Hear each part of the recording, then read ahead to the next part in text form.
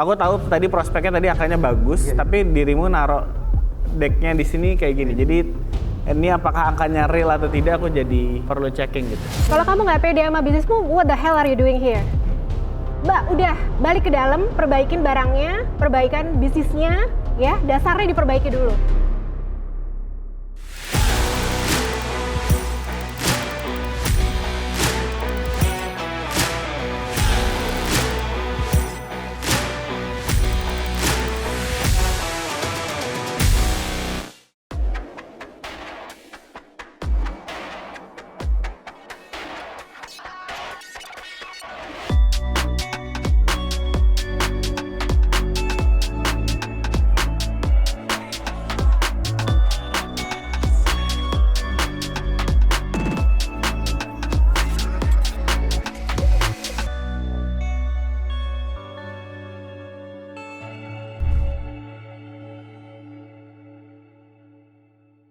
Salam diplomat, saya siap bikin gebrakan. Produk kami adalah pewarna alam, jasa pewarnaan alam, kemudian ready to wear fashion dengan konsep smart casual, organik, fashionable, dan trendy. Kami telah tersedia di beberapa toko oleh-oleh besar di Indonesia, di antara Hamia Batik Malioboro, Batik Trusmi Cirebon, kemudian rest area kilometer 456 Salatiga, dan di Singapura di Suntec City, Orchard Road juga. Kami harapannya di tahun 2029 nanti punya satu corner set, semuanya one stop shopping, semua produk kita ada, semua tentang kainku biru, dari baju, celana, lain sebagainya. Saya Muhammad Thoyib, CEO dan founder dari Kainku Biru, CV Indigo Biru Baru. Kita ingin membuktikan bahwasanya produk Kainku Biru memang pantas bisa bersaing di skala nasional, bahkan skala internasional. Seperti yang kita tahu bahwa wastra itu bukan hanya tenun, bukan hanya batik, tetapi bordir manual termasuk sebagai dari wastra. Ada Taman Sari Yogyakarta yang sudah kita angkat konsep ceritanya dalam bentuk bordir di produk kami. Jenis bordir yang kita kerjakan salah satunya adalah Sumatera Barat yang kita angkat sampai ke New York Fashion Week, yaitu Kerancang Minang. Seperti yang kita ketahui bahwa jadi kita bercerita bahwa 2024 ini kita akan Halo, perkenalkan, nama saya Rainda, saya owner Bici Looks. Bici Looks ini brand fashion pesta. Bici Looks pernah perkenalkan, nama saya Rainda, owner dari Bici Looks. Bici Looks pernah membuat huru hara di salah satu mall elit Jakarta karena produknya yang dikenal goib. Hal ini terjadi karena customer mencari produk yang unik, akan tetapi untuk produk unik ini harganya cukup mahal. Maka dari itu lahirlah Bici Looks, brand baju pesta yang memiliki brand DNA vintage, dan juga kami adalah brand yang senang berinovasi dan juga harus belajar lagi agar nggak grogi.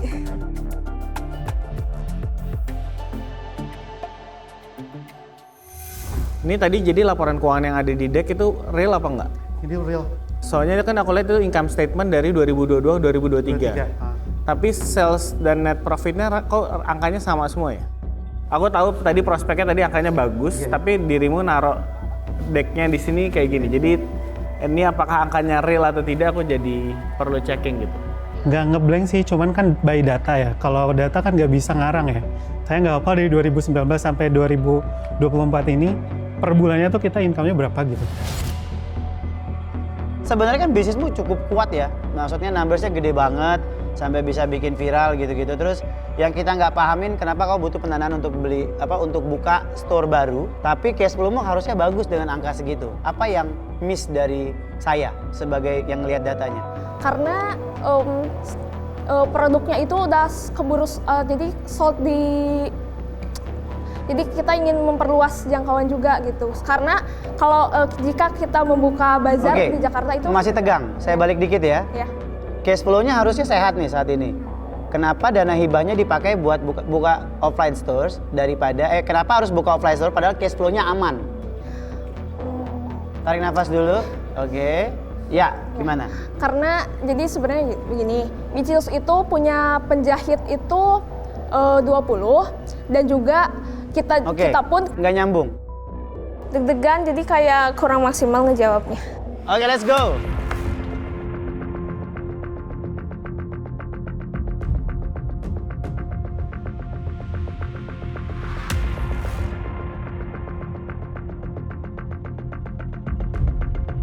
Terima kasih para coaches tadi sudah memberikan pandangan masing-masing dan gambarannya. Mas Zel sama Mbak Raindra boleh maju ke depan.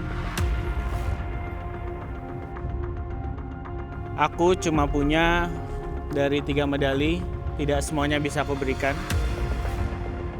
Yang lolos ke babak selanjutnya adalah selamat untuk Pak Thoib. Semuanya tanggapannya positif, pertanyaannya menyangkut bisnis kita, jadi kita jawab apa adanya. Jadi kita enak sekali untuk menjawabnya.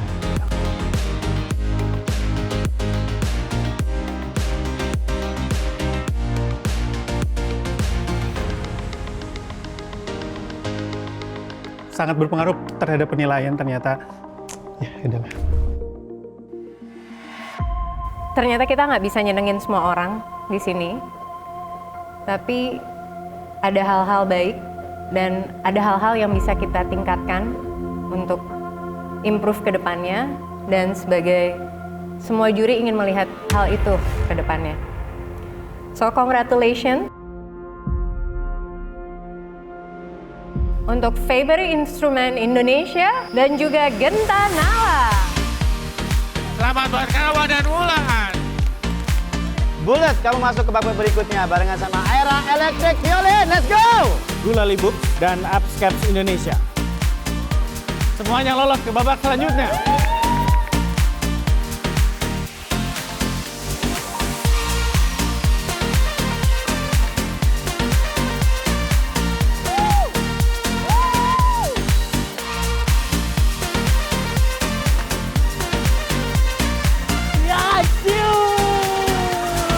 Challengers telah mendapatkan sukses tiket. Namun, peluang belum tertutup bagi yang lain. Para challengers yang tersisa masih punya kesempatan untuk merebut 25 sukses tiket yang tersisa.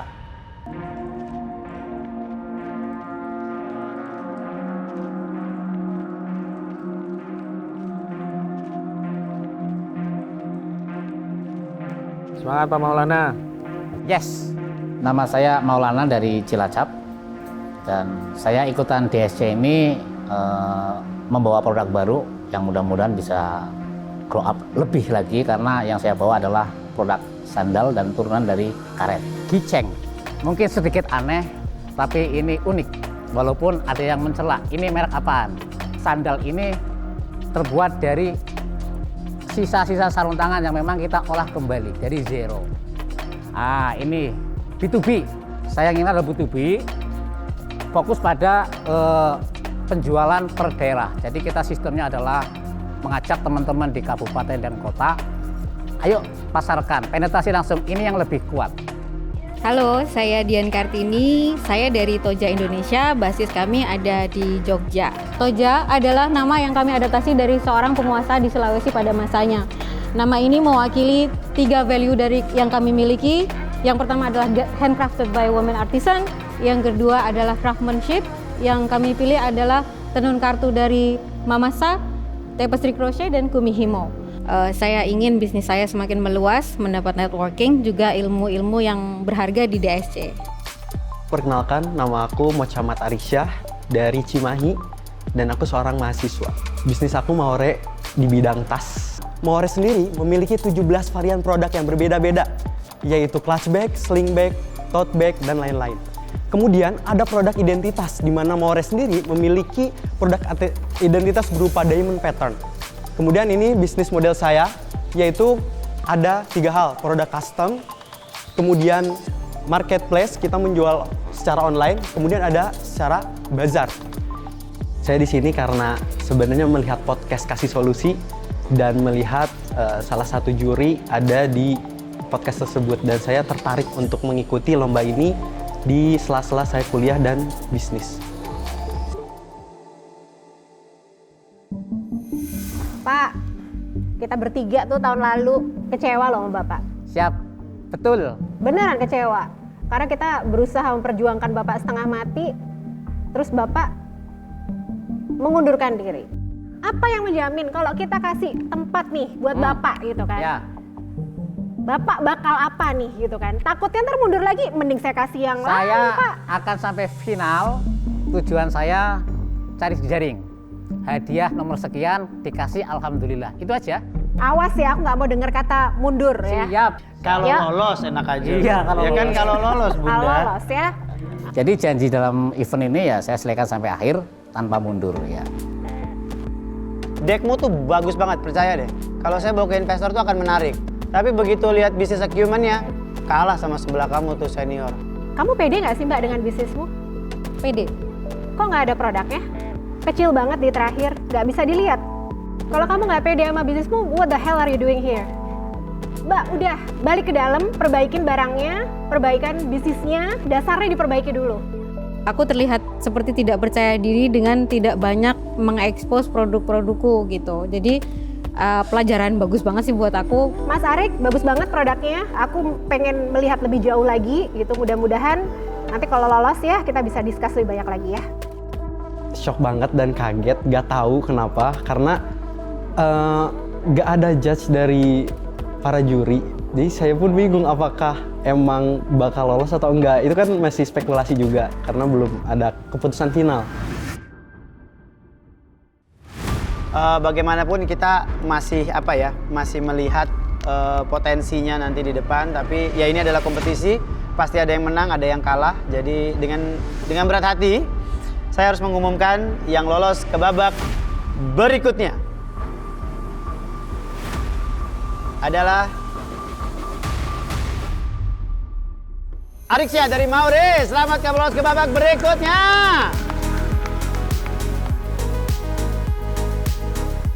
Luar biasa bahagia banget karena ini salah satu ya mungkin mimpi saya juga. Apalagi saya umurnya juga masih muda dan siap untuk segala hal lah.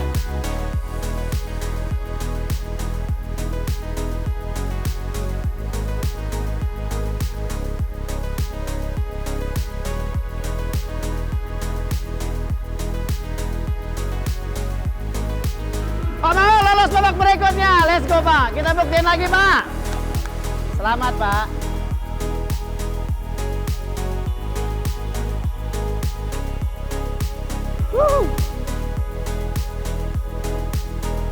Selamat kepada 45 challengers yang berhasil melangkah ke tahap berikutnya. Bersiaplah untuk menghadapi tantangan selanjutnya di fase bootcamp DSC Season 15. Ternyata di Indonesia banyak sekali yang sudah peduli dengan impact. Ya, of course tidak semuanya ya. Tapi I'm quite surprised that mereka itu sudah mulai memikirkan tentang sustainability, environment, society impact, dan tentang ESG dan governance-nya juga. Saya happy lah dengan peserta-peserta ini udah mulai peduli dan mengkorporasikan itu ke company-nya mereka.